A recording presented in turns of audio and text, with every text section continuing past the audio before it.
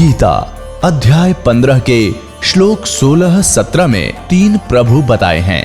ये 3 प्रभु कौन हैं? किस प्रभु की शरण में जाने के पश्चात जन्म और मरण समाप्त हो सकता है? 3 प्रभुओं में सबसे उत्तम परमात्मा कौन है? कैसा है? उसका क्या नाम है?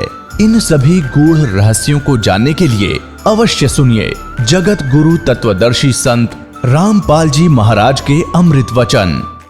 हमारे पूर्वज आपने देखे होंगे, हमने तो खूब याद है, झोंपड़ियों में टाइम पास करके कई पीढ़ी।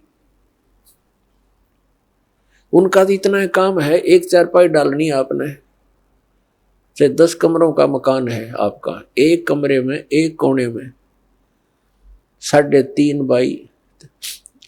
बाई 7 फुट की जगह चाहिए आपने। घुटने तो घड़िया तो मोकली है।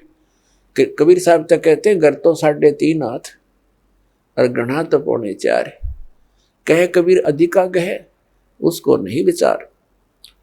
ये मनुष्य की जो शरीर है 3.5 हाथ का होता है।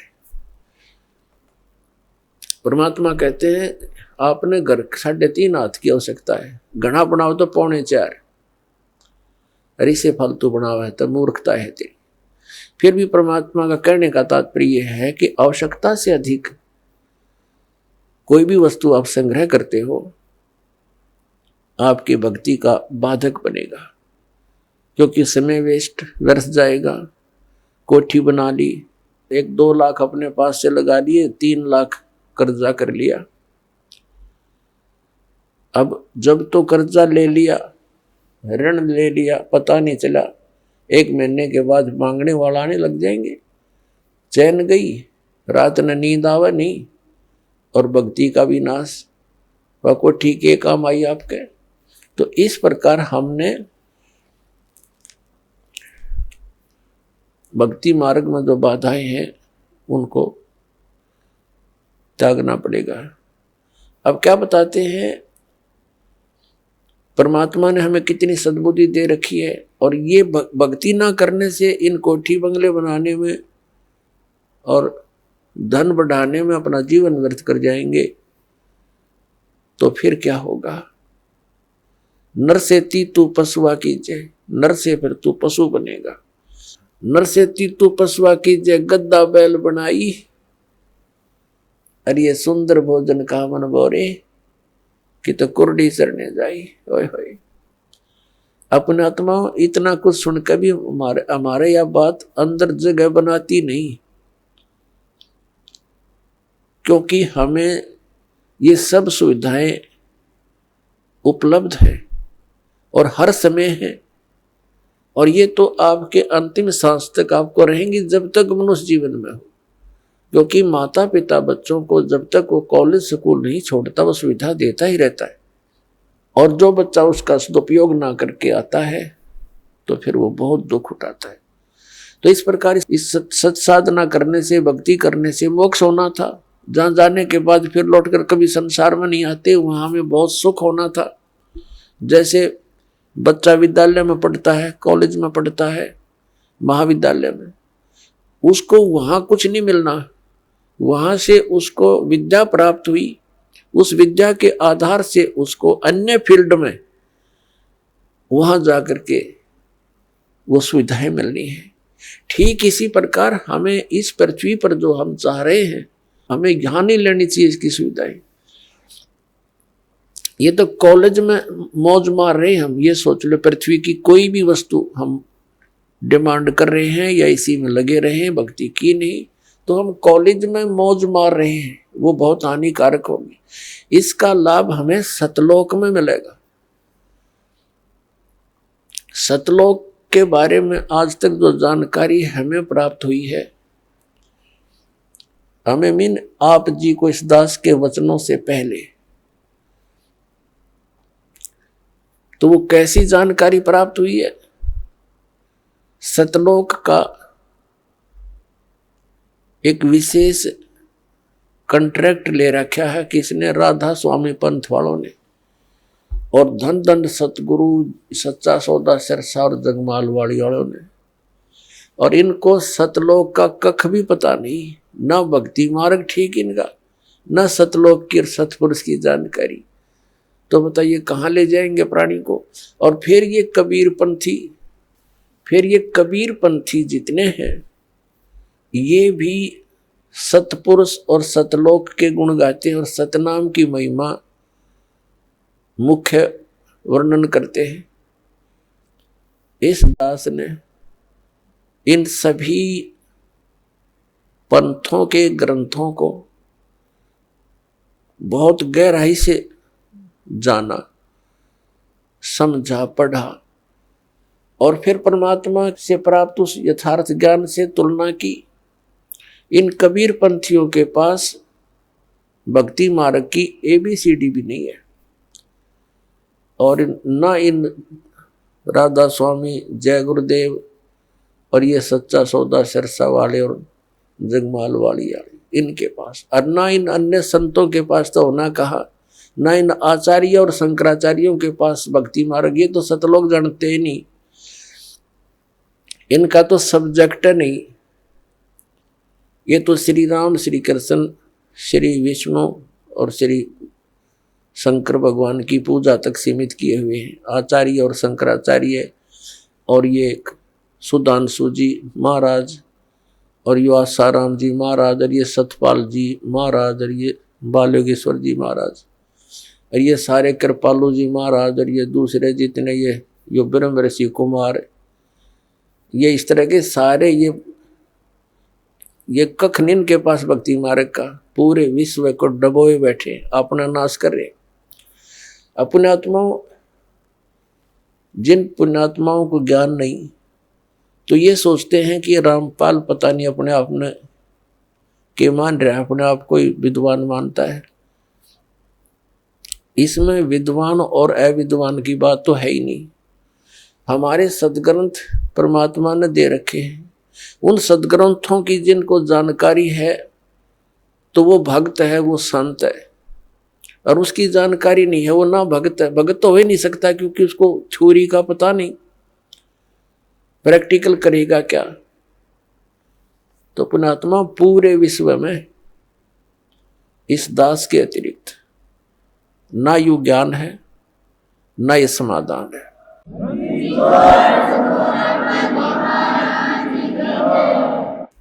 ये वचन प्रथम बार कोई सुनता है तो उसको खटकते हैं, लेकिन समय आने पर ये अच्छे भी लगेंगे, मीठे लगेंगे। एक बार परमेश्वर कबीर जी ने गोरखनाथ जी से वार्ता करते समय कहा था कि गोरखनाथ मैं सबन का गुरुआ। परमात्मा ने कहा था मैं सबका गुरु हूं, उस्ताद इस अध्यात्म मार्ग में। तो गोरखनाथ जी कहने लगे तुम मेरा वचन मोह लग गए कड़ुआ, कि आपकी बात मुझे अच्छी नहीं लगती, आप कहते हो मैं सबका गुरु हूं। तो परमात्मा ने कहा कि कड़ुआ लगे सो मीठा होई, हमारी बात पतीजे जोई। पतीजे माने विश्वास करें। परमात्मा ने कहा था ये जो कड़ुआ लगे सो मीठा होई। आज आप क्या गले नहीं उतरी ये बात कि मैं सबका गुरु हूं, मैं सदगुरु हूं, वो अलग बात है, लेकिन कड़ुआ लगे सो मीठा होई, हमारी बात पतीजे जोई। विश्वास करो, मैं जो बता रहा हूं इस पर करके देखो, अध्ययन करो, सदग्रंथों को चेक करो, फिर ये बात आपको सच्ची महसूस होगी जो दास ने अभी कहा था। तो प्रसंग जो चल रहा है वहीं आते हैं। ये जितने भी हैं, विशेषकर राधा स्वामी पंथ, जय गुरुदेव पंथ, ये सच्चा सौदा सिरसा वाले और जगमाल वाली वाले और ये ठाकुर जी वाले, एक दनोद भिवाड़ी वाले, ये सारे नरे बबुल के पेड़ उग गए। अपने आत्माओं ये बताते हैं कि सतलोक में परमात्मा निराकार है और इन्हें ना सतलोक का पता। सतलोक क्या है? कहते वही सतलोक, वही सतनाम, वही सारनाम, वही सार शब्द और वही सतपुरुष, वो सतलोक ही है, वो निराकार है, चेतन प्रकाश है। और इन सभी कबीर पंथियों का और सभी इन राधा स्वामी से निकली हुई उनकी ब्रांचों का जैसे सच्चा सौदा सिरसा और जगमाल वाली, और ये ठाकुर जी जय गुरुदेव जी वाले, इनका मानना है कि मोक्ष प्राप्त प्राणी सतलोक के अंदर उस परमात्मा के प्रकाश में ऐसे मिल जाती है वो आत्मा जैसे बूंद समंदर में। और एक है ग्रांजड़ी गांव जम्मू के अंदर एक नया संत मिला जिसका नाम है मधु परमहंस, और वो भी कबीर पंथी कहलाता है। और सतलोक को कैसे डिफाइन करता है, सृष्टि रचना सुनाते समय उसने क्या बताया है कि पहले परमात्मा गुप्त थे, फिर उन्होंने एक शब्द उच्चारण किया, उससे एक अद्भुत प्रकाश बन गया। उस प्रकाश के अंदर फिर परमात्मा अमर पुरुष समा गया, वो अमरलोक हो गया। फिर वो फिर अमरलोक बन गया, यानी वो परम पुरुष भी अमर पुरुष भी अमरलोक फिर एक हो गया, वो प्रकाश पुंज। और फिर कहते हैं उस प्रकाश ने परमात्मा को ऐसे छटक दिया, अपने आप को ऐसे छटक दिया, उसमें से बूंद सी बन गई, ऊपर जानते फिर उल्टी आ गई। जैसे जल की बूंद ऊपर को फेंकी जाए जल में आकर मिल जाती है, पर वो मिली नहीं, वो कण कण से बन गए, बिंदु से बनकर जीव बन गए, घूमने लग गए उस प्रकाश में। वहां जाकर उसके हिसाब से मोक्ष प्राप्त प्राणी वो हंस बनकर जाते हैं, और वो डॉट बिंदु बनकर ऐसे घूमते हैं जैसे मछली जल में उस प्रकाश में भटकती है। ये कहता है कि मेरे पास जो वस्तु है ब्रह्मांड में नहीं। अब उसका सारा जाड़ा लेकर और गांठ बांध दी उसकी, अब दिखा देंगे वो कैसा क्या है उसके पास वस्तु। तो अपने आत्मा परमात्मा ने दया बख्शी है अपने ऊपर,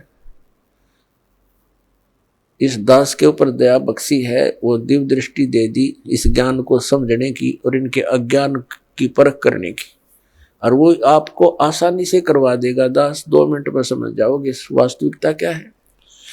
एक तो इसका विधान है श्री मधु परमहंस रांजड़ी वाले का, जम्मू वाले का।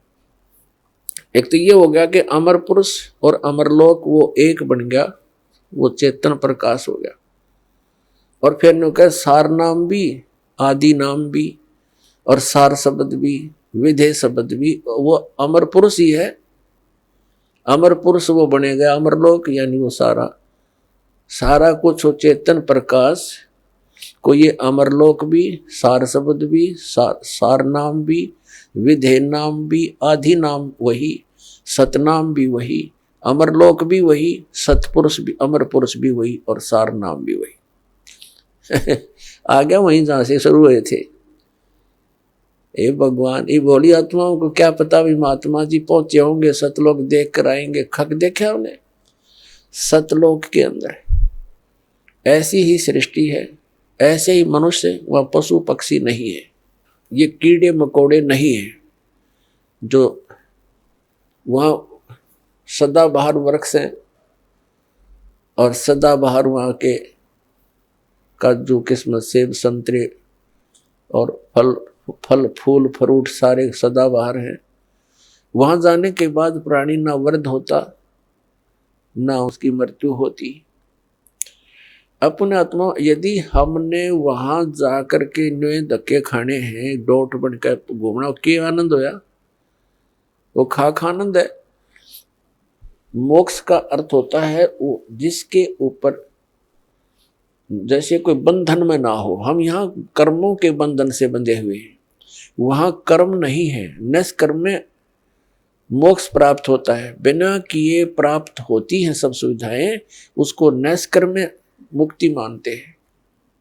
तो वहां जाने के बाद देखो, आप देखते हैं प्रत्येक व्यक्ति चाहता है काम थोड़ा करूं, ना करूं तो घना बढ़िया और सुविधा सारी हो। तो ये हमने कहा, यह आभास कहां से हुआ? क्योंकि हम ऐसे स्थान पर रहते थे, वहां हमने काम तो करना ही नहीं पड़ा था, सुविधा नरी थी, आगे पड़ी रही थी। फिर दूसरा कोई बूढ़ा होना नहीं चाहता, वृद्ध अवस्था को कति पसंद नहीं करते, यानी 80 साल तक भी बाल काले करते रहे हैं और दांत कृत्रिम टडवाए ले हैं, और कुछ थोड़ी बहुत सेहत बूढ़ा सा ना दिखो हैं, और फिर मृत्यु कोई नहीं चाहता, और दोनों कंपलसरी। ये तो यहाँ का यूनिवर्सल ट्रूथ है, हार्ड एंड फास्ट रूल है तो इसका कि वृद्ध भी होगा और मृत्यु भी होगी, और हम दोनों पसंद नहीं करते, दोनों कंपलसरी होंगी यहाँ पर। इसी प्रकार कोई काम करना नहीं चाहता, हम उच्च शिक्षा किस लिए प्राप्त करते हैं कि हम कुर्सी पर बैठे दफ्तर के नीचे नौकर हों, घंटी बजाएं, पानी पिलाओ, चाय लाओ, हैं, काम कुछ नहीं करना पड़े, तनख्वाह मिला गणी ठाठ से रहे। तो ये हमारी प्रवृत्ति जो यहाँ हम एक नकल कर रहे हैं, एक लकीर पीट रहे हैं सतलोक के उस सुख को भूल कर, उसको छोड़कर, और वो वही प्राप्त हो सकती है बबूल के पेड़ पर। यदि कोई आम खोज रहा है बबूल के वन में और वहां कोई आम ढूंढ रहा है, उस जैसा मूर्ख नहीं। तो हम इस बबूल के वन में, इस काल के लोक में, और वो सुख खोज रहे हैं सतलोक वाले, यहाँ के स्वर्ग महास्वर्ग में भी वो सुख नहीं है। तो वो बातें परमात्मा ने हमें याद दिलाई हैं। तो प्रसंग चल रहा है कि सतलोक के अंदर आपको मनुष्य शरीर मिलेगा। वहां 3 पोर्शन है सतलोक के। जैसे अपनी कैपिटल है, राजधानी है दिल्ली, और दिल्ली एक स्टेट भी है। तो दिल्ली का जो बाह्य दिल्ली है, ग्रामीण क्षेत्र है जो, वो तो समझो बाहर की दिल्ली, फिर बीच का बाजार आ गया, और फिर प्रधानमंत्री यानी अपना सेक्रेटरीट जो राजधानी स्थल है। ऐसे ही वहाँ का विभाजन है। तो बाह्य जो क्षेत्र है कति बाहर के साइड का सतलोक का, उसमें बाग बगीचे, फल, झरने, नदियां बह रही है। उसके नेक्स्ट जो सेकंड पोर्शन है, उसके अंदर पूरे आपके बहुत सुंदर सुंदर महल बने हुए हैं जो खाली पड़े हैं, जहां से आप आए हो छोड़कर।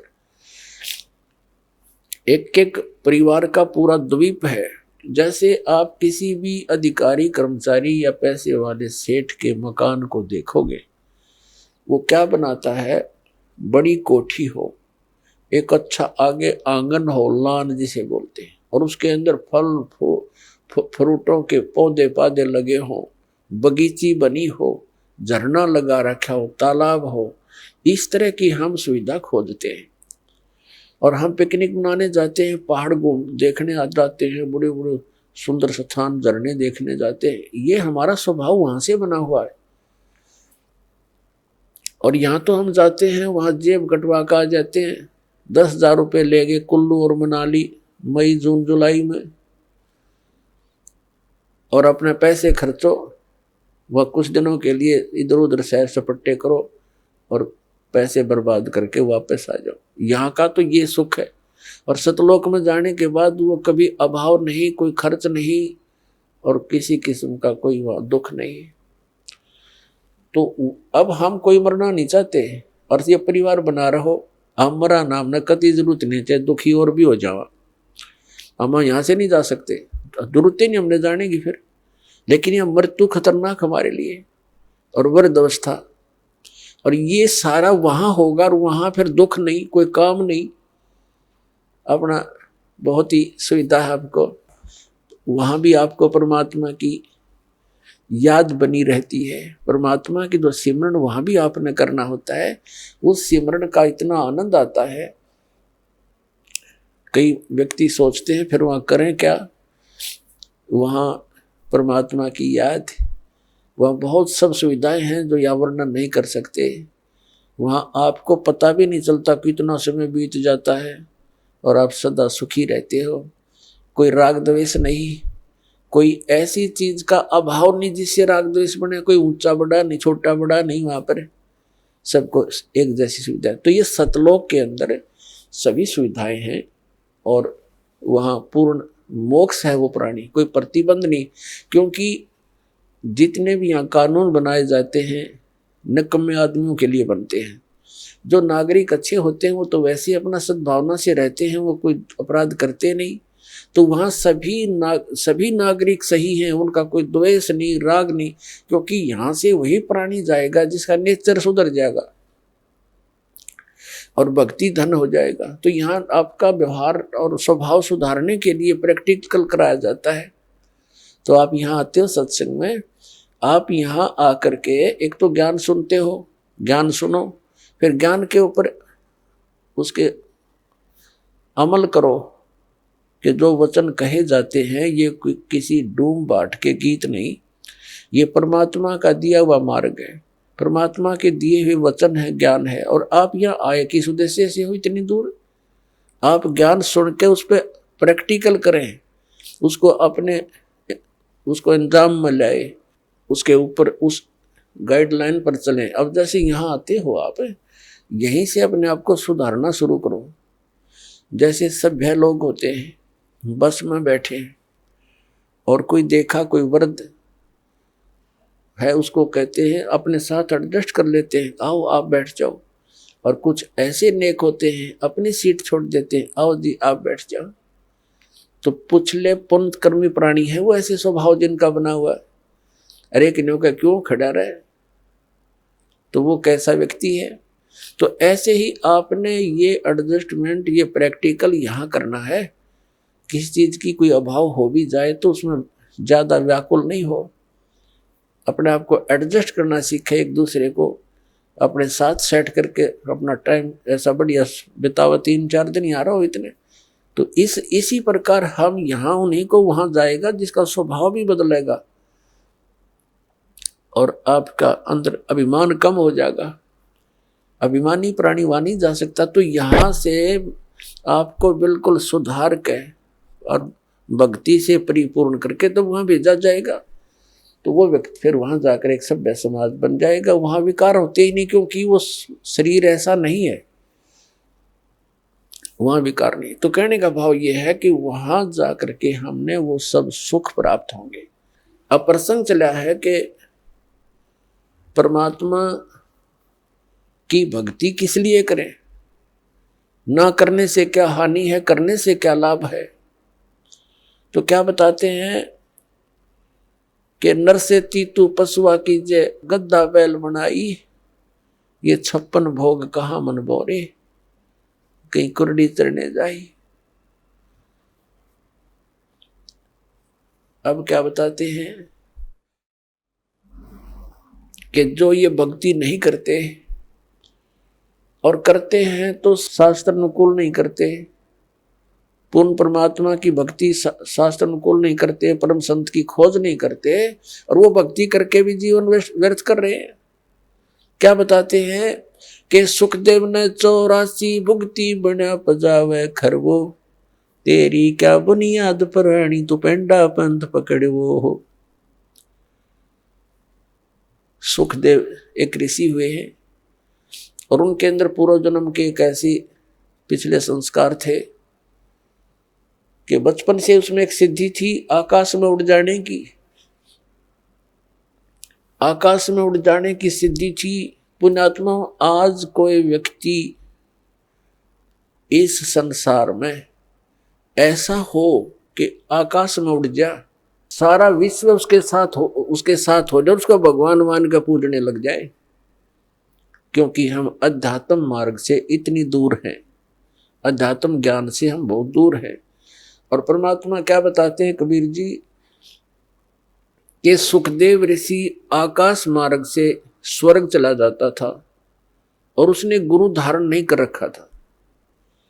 तो सबसे पहले सत्संग में ज्ञान दिया जाता है कि भक्ति की आवश्यकता क्यों पड़ी, फिर भक्ति के लिए किन किन वस्तुओं की आवश्यकता है। तो सबसे पहले गुरु होना चाहिए। सुखदेव ऋषि जी का गुरु नहीं था और पिछले जन्म की उसकी भक्ति से बैटरी चार्ज थी। अब जैसे किसी के घर इन्वर्टर होता है, इन्वर्टर की बैटरी फुल हो चुकी हो और चार्जर हटा दिया जाए तो फिर भी काम करती है, बल्ब भी जलते हैं, पंखे भी चलते हैं, वो अपना काम कर रही है। लेकिन चार्जर ना लगने से वो फिर एकदम डाउन हो जाएंगी बैटरी उसकी, और सब सुविधाएं खत्म हो जाएंगी। तो ऐसे पूर्व जन्म की जिनकी बैटरी चार्ज है, आज कोई प्रधानमंत्री बन गया, कोई राष्ट्रपति, कोई अन्य पोस्ट प्राप्त है, या कोई अन्य फैक्ट्री मालिक है, तो वो पिछली बैटरी चार्ज है, इन्वर्टर काम कर रहा है, लेकिन उन्हें चार्जर नहीं लगा रखा, फिर वो एकदम फ्यूज होंगे, तो एकदम उनके जो सब सुविधाएं बंद हो जाएंगी। जैसे आप देखते हो, पुण्यात्मा, एक आधा ऐसा उदाहरण है, कलेजा फटने को हो जाता है। अब हम क्या चाहते हैं, मंत्री बने, प्रधानमंत्री बन जाए, सुखी हो जाएंगे। एक पोलैंड देश का पूरा मंत्रिमंडल, पूरा कैबिनेट, जिसमें मंत्री भी, मुख्य प्रधानमंत्री भी और एमपी भी, देखो उनकी साथ बोल दी, एक का विमान में बैठकर किसी का शोक व्यक्त करना चाहते मुंह काढ़े, और वो विमान दुर्घटनाग्रस्त हो गया। कहते 95 सदस्य थे उसके अंदर, जहाज के अंदर 95 के 95 मर गए। और उनकी कितनी आशाएं थी, कितनी उच्च पोस्ट थी उनके पास, और क्या लेकर गए इस गंदे संसार से। तो पुण्यात्मा, इन बातों को आधार बनाना पड़ेगा अपने। तो उनकी बैटरी वह खत्म हो चुकी थी, वह जब डिस्चार्ज हुई सारी सुविधाएं खत्म, और मिट्टी में ये भूत बने आंडेंगे वहां पर। एक दिन एक व्यक्ति बता रहा था वैसे भी, और एक दिन समाचार पत्र में पढ़ा था हमने, 4-5-6 वर्ष पहले की बात है। एक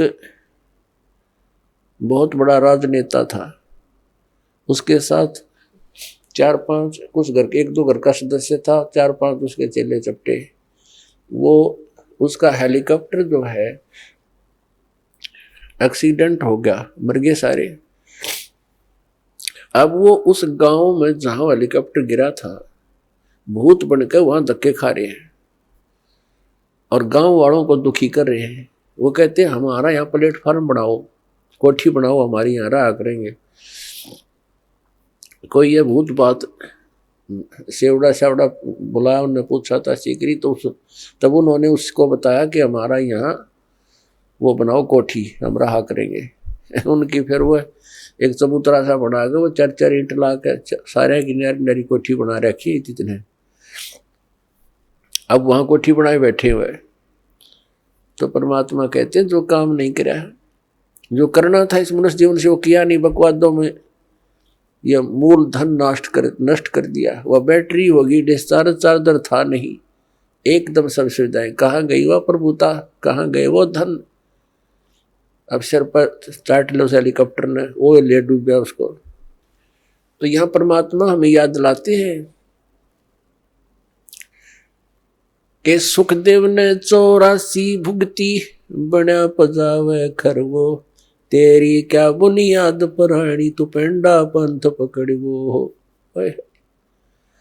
अब सुखदेव ऋषि की बैटरी चार्ज थी पिछले जन्म की, और उस बैटरी चार्ज से वो पहुंच जाता था वहां स्वर्ग के अंदर, ऊपर के लोकों में। तो वहां के जो कॉमन स्वर्ग है, ये स्वर्ग क्या है, ये रेस्टोरेंट है।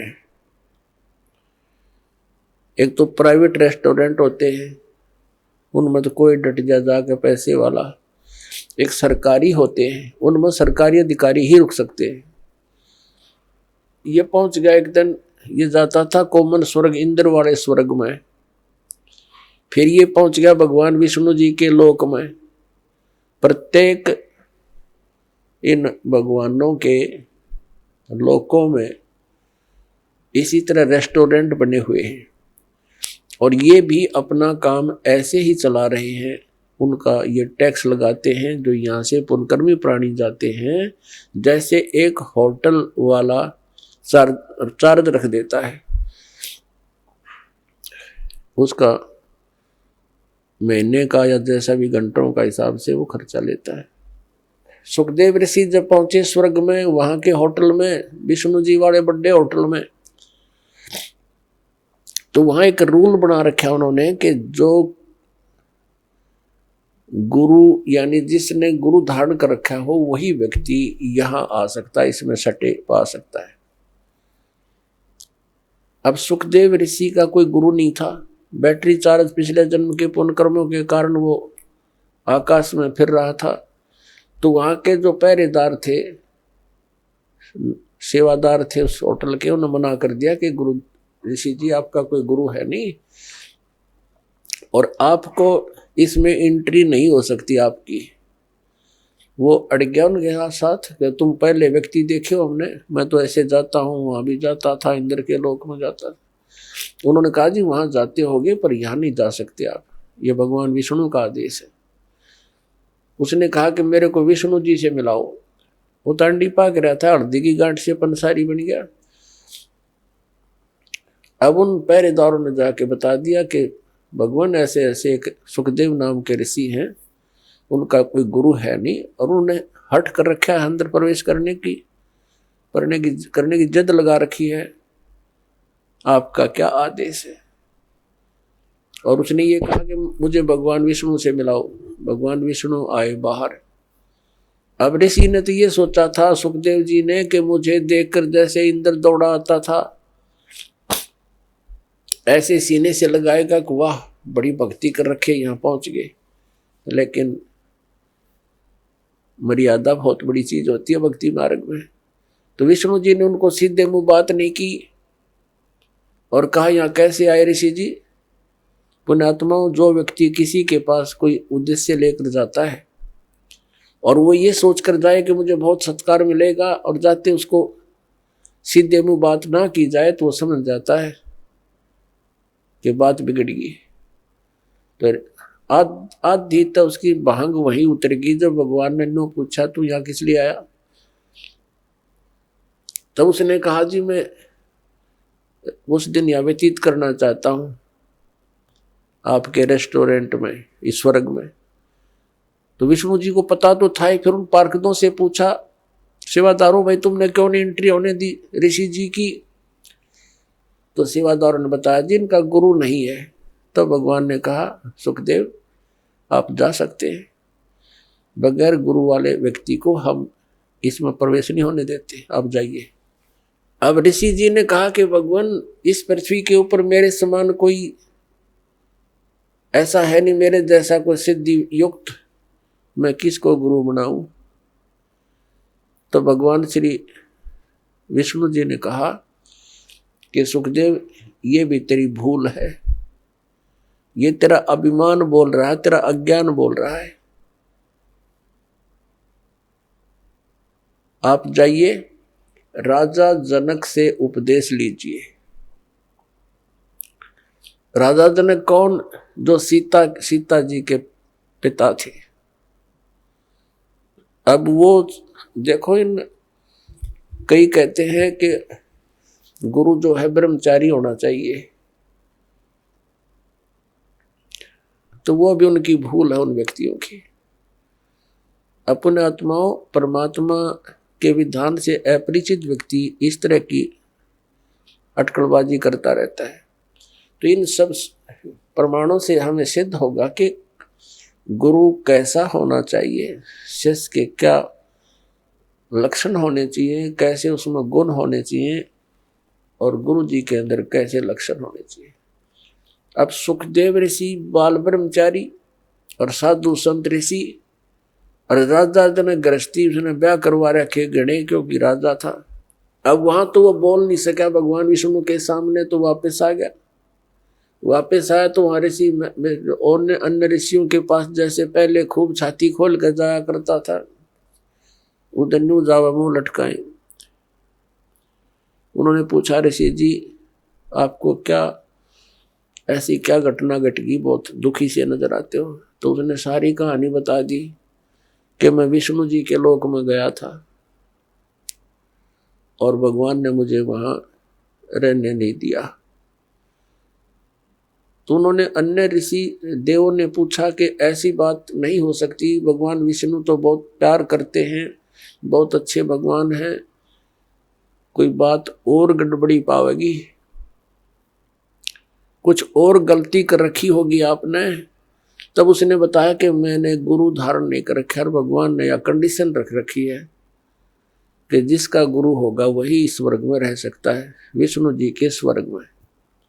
तब अन्य जितने भी देव ऋषि थे उन्होंने कहा, ऋषि जी आप तो बहुत भारी भूल किए बैठे हो, हमने तो ये सोचा था आपने कोई गुरु बना रखा होगा, आपने बहुत भारी गलती कर रखी है, बिना गुरु के फिर रहे हो, आपने जीवन नाश कर दिया।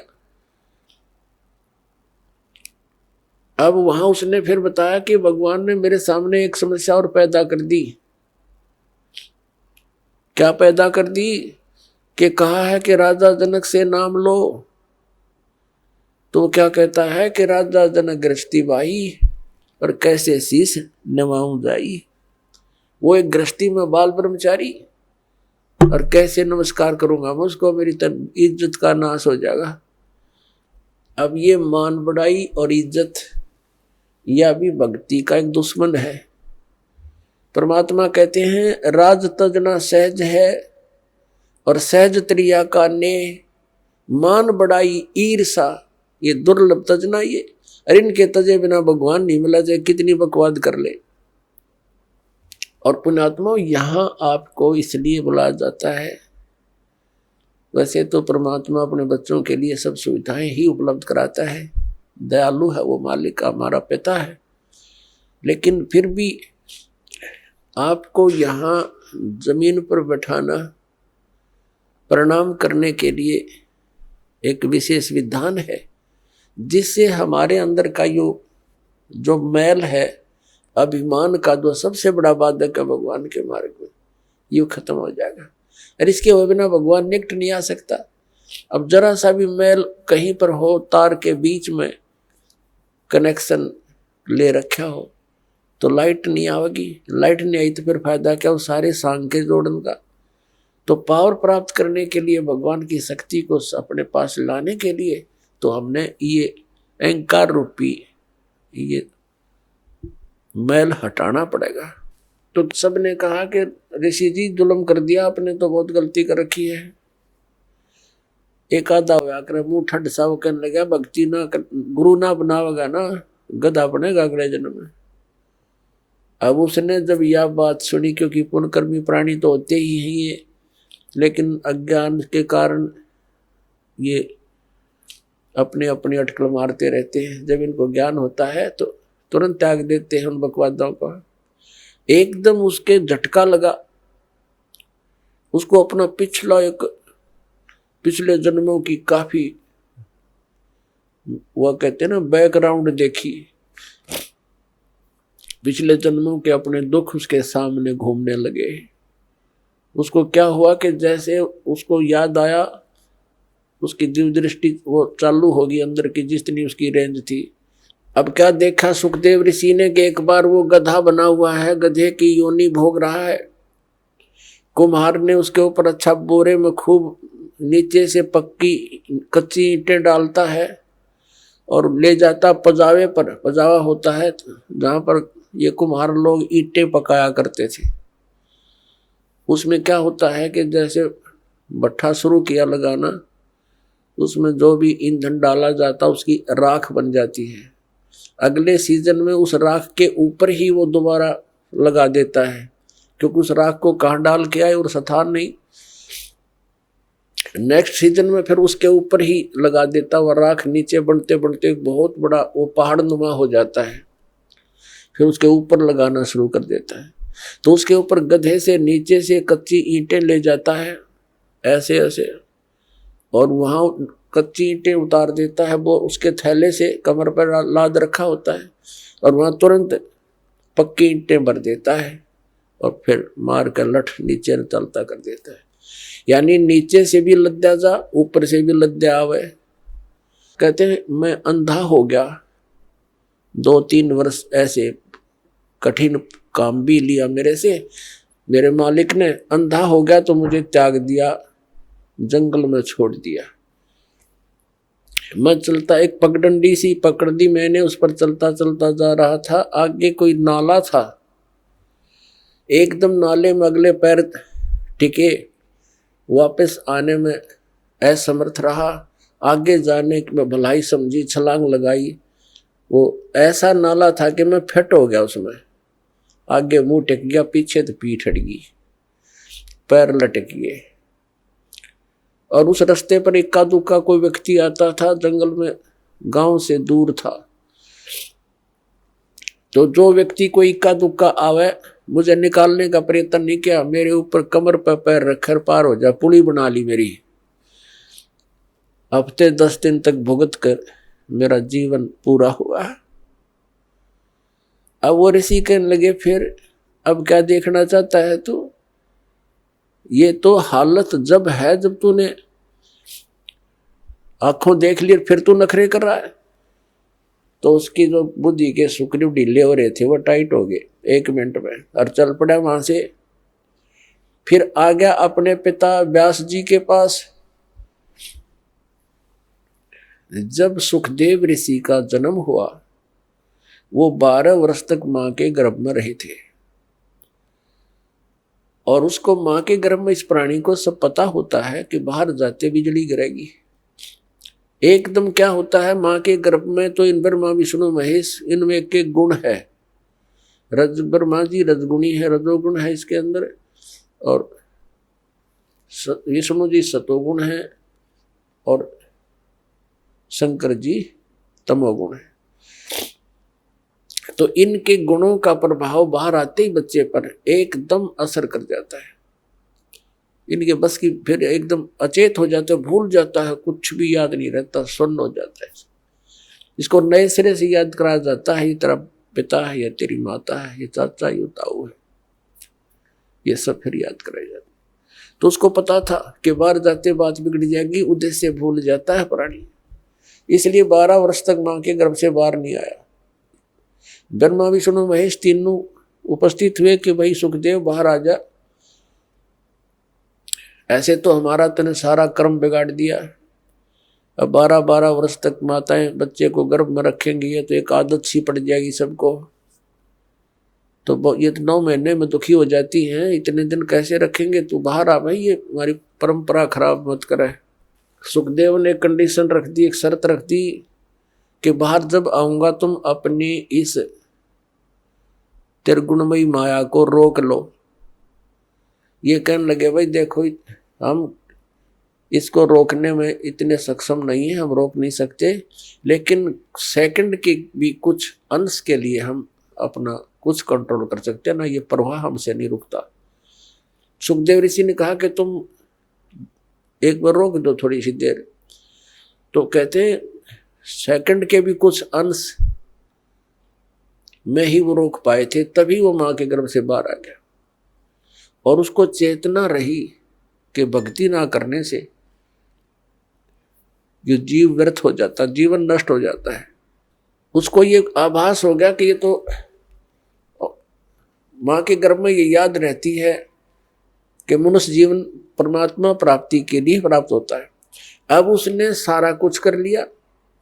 मां के गर्भ से बाहर आते ही अपनी ओर नाल को, जो सुंडी से लटकी होती है, मां की नाभि से कनेक्शन होता, जेर सी, उसने अपने कंधे पर डाल गए और उठकर चल पड़ा। व्यास जी ने आवाज लगाई,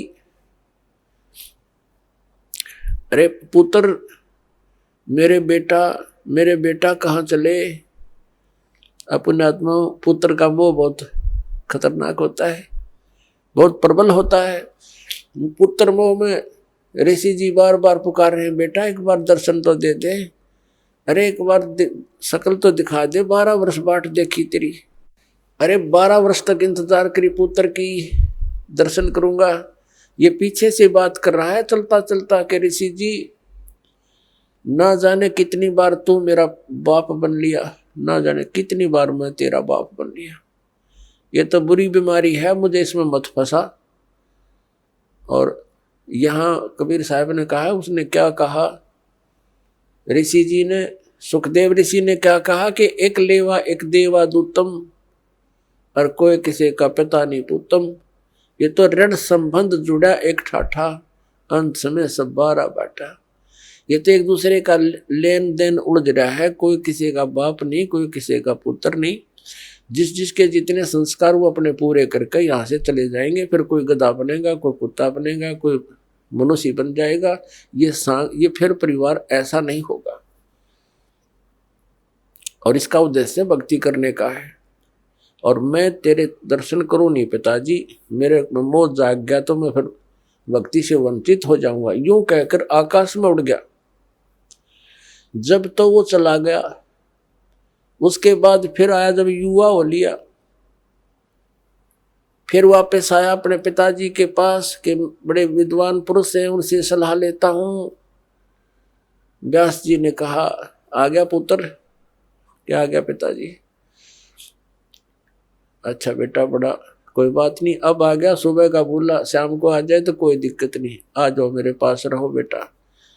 तब उसने कहा, सुखदेव ऋषि ने कहा कि पिताजी मेरे सामने एक समस्या खड़ी हो गई, एक प्रॉब्लम भारी है। सारी कहानी बताई। मैं ऐसे ऐसे विष्णु जी के लोक में गया था, उन्होंने वहां रहने से मना कर दिया क्योंकि मैंने गुरु नहीं बना रखा। पुण्यात्माओं, जो परमात्मा के विधान से परिचित प्राणी होते हैं वो एक का सुर में बोला करते हैं। तो व्यास ऋषि जी का भी माथा ठनका और कहने लगा, अरे बेटा तंदा अपना जीवन नाश किया। मैंने सोचा था चलो सब्र कर लिया था, संतोष कर लिया था मैंने, मेरा बेटा अपना कल्याण करवा लेगा।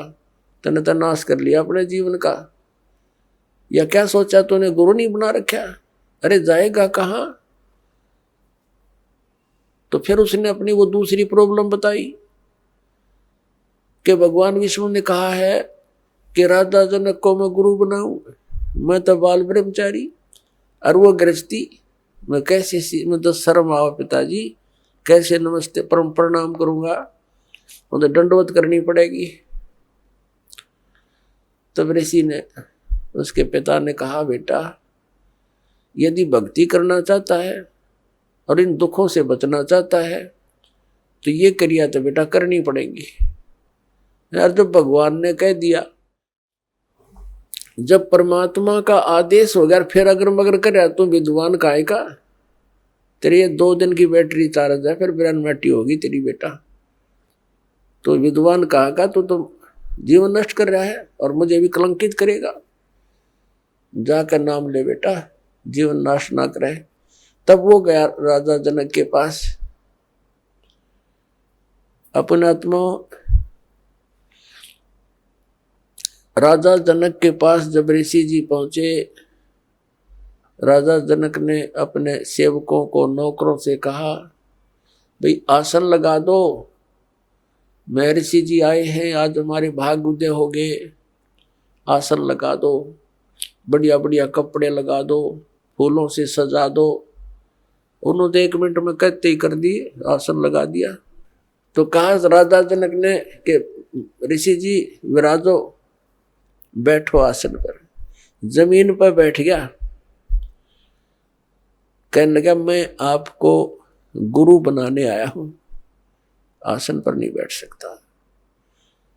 अब राजा जनक का यकीन नहीं हुआ, जैसे नहीं ये बात, ये ऋषि तो सिर फिरे होते हैं। ये कोई किसी ने, नौकर ने, कोई किसी ने कुछ कह तो नहीं दिया इसको, क्योंकि ये श्राप भी दे सकते हैं, ये तो विषैले सर्प भी होते हैं इनके पास, ये श्राप देने की भी एक पावर रखते हैं। राजा जनक चिंतित हो गया कि भगवान कोई गलती हो तो माफ करना ऋषि जी, हम तो गृहस्थी व्यक्ति हैं, किसी नौकर ने कुछ कह दिया हुआ आपको माफ कर देना, आप नीचे ना बैठो, मेरी बेइज्जती हो, मेरी जो है ना, मैं ये सहन नहीं कर सकता क्योंकि ऋषि एक नीचे बैठे, कोई गलती हो तो माफ करो।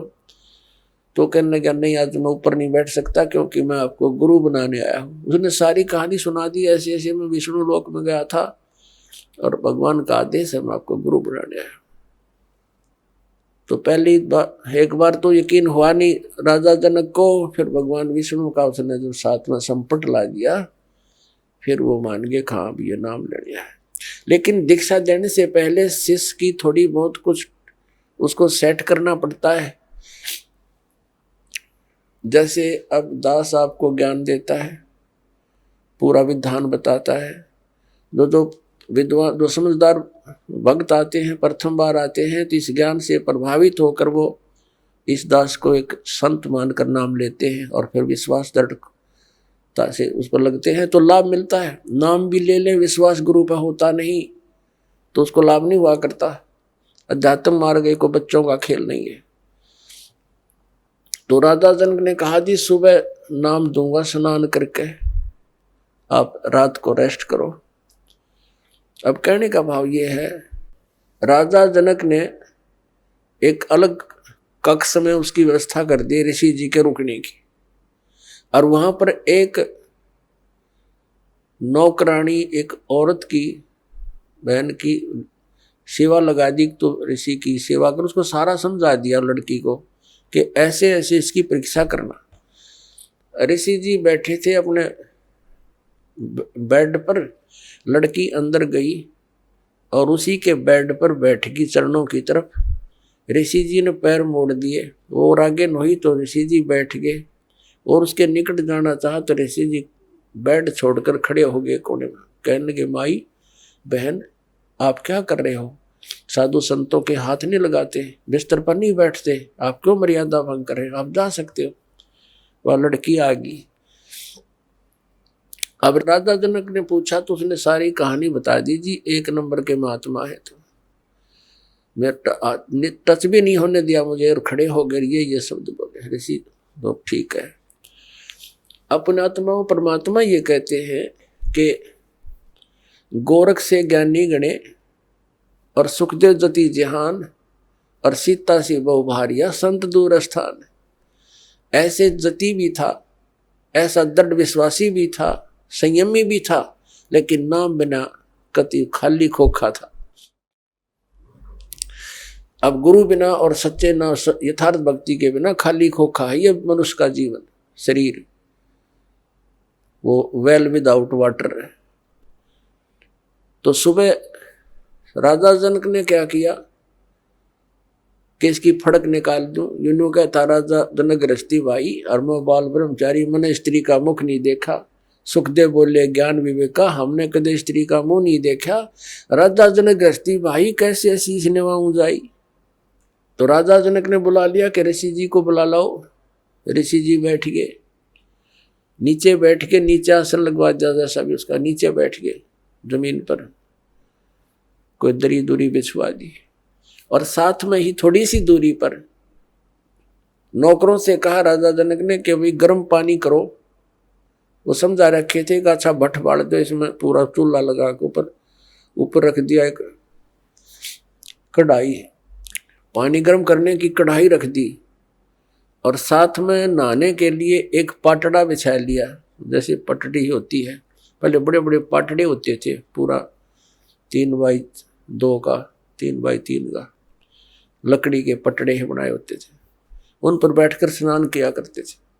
राजा जनक ने वहाँ वो पाटड़ा उस उबलते हुए जल के उस कढ़ाई के साथ में लगवा लिया, और उसकी 10,000 रानियां बताते हैं राजा जनक। उसमें से जो उनकी मुख्य रानी थी, पटरानी बोलते हैं, उससे कहा मुझे स्नान कराओ। अब वो स्नान करने के लिए बैठ गया। उसकी पत्नी उस उबलते हुए जल से उबाल रखा, जैसे गुलगुले उतारा करें, जलेबी उतारा करें जब उबाला करें घी को, तो उस उबलते हुए पानी से लोटा भरे वह पटरानी राजा जनक के चोटी में डाला है, रात से मसला अनुसार। और वो सुखदेव ऋषि न्यू हुआ पाछे ने डलेगा भी हो, वह लोटा गिरा और पाछे ने सरके अगदड़ गया। तब राजा जनक ने कहा कि ए बाल ब्रह्मचारी, ए व्यास के बेटा, मैं गृहस्थी हूं, और मेरे स्नान करने के बाद जो पानी गटर में जा रहा है, ये नाली में जा रहा, तो इसमें उंगली दे दे बेटा, तब जानूंगा तो किसा बाल ब्रह्मचारी है। न बोला मैं ना दूं, आज जल जा मेरा तय। राजा बिहंस देई तब तारी, और हमें स्नान करावे नारी। ए ब्रह्मचारी, तेरे तथा नारी अच्छी या लड़की जो सच्चे नाम इस सही मंत्र के जाप से इसका शरीर ऐसा सॉलिड हो चुका है और आप भटक रहे हो, धक्के खा रहे हो, चरण पकड़ दिए बाल ब्रह्मचारी, एकदम कति नतमस्तक हो गया। तो पुण्यात्माओं, या फड़क निकले बिना गुरु बनाने का कोई यूज भी नहीं, लाभ नहीं हो जीव को। जब तक आपको गुरु जी पर विश्वास नहीं होता, इतना धारण नहीं करना चाहिए। फिर अग्रम अग्रम करते हो तो भक्ति खंड हो जाती है। तो उस दिन के बाद राजा जनक के प्रति उसकी पूरी श्रद्धा होगी। उसने सिर्फ ये चमत्कार देख कर गुरु पर विश्वास हो गया। विश्वास कर केवल इन चमत्कारों से नहीं, वो तो पुरानी कथाएं हैं, जैसा उनको लाभ हुआ, कितना लाभ हुआ। राजा जनक से उपदेश लेने के बाद सुखदेव ऋषि स्वर्ग में गया, बस विष्णु लोक में विराजमान है और पुण्य खत्म होते फिर यहाँ धक्के खाओगा। तो इस ज्ञान को आधार बना कर गुरु बनाना है और भक्ति करनी, अपना कल्याण करवाना है। बोलो सतगुरुदेव।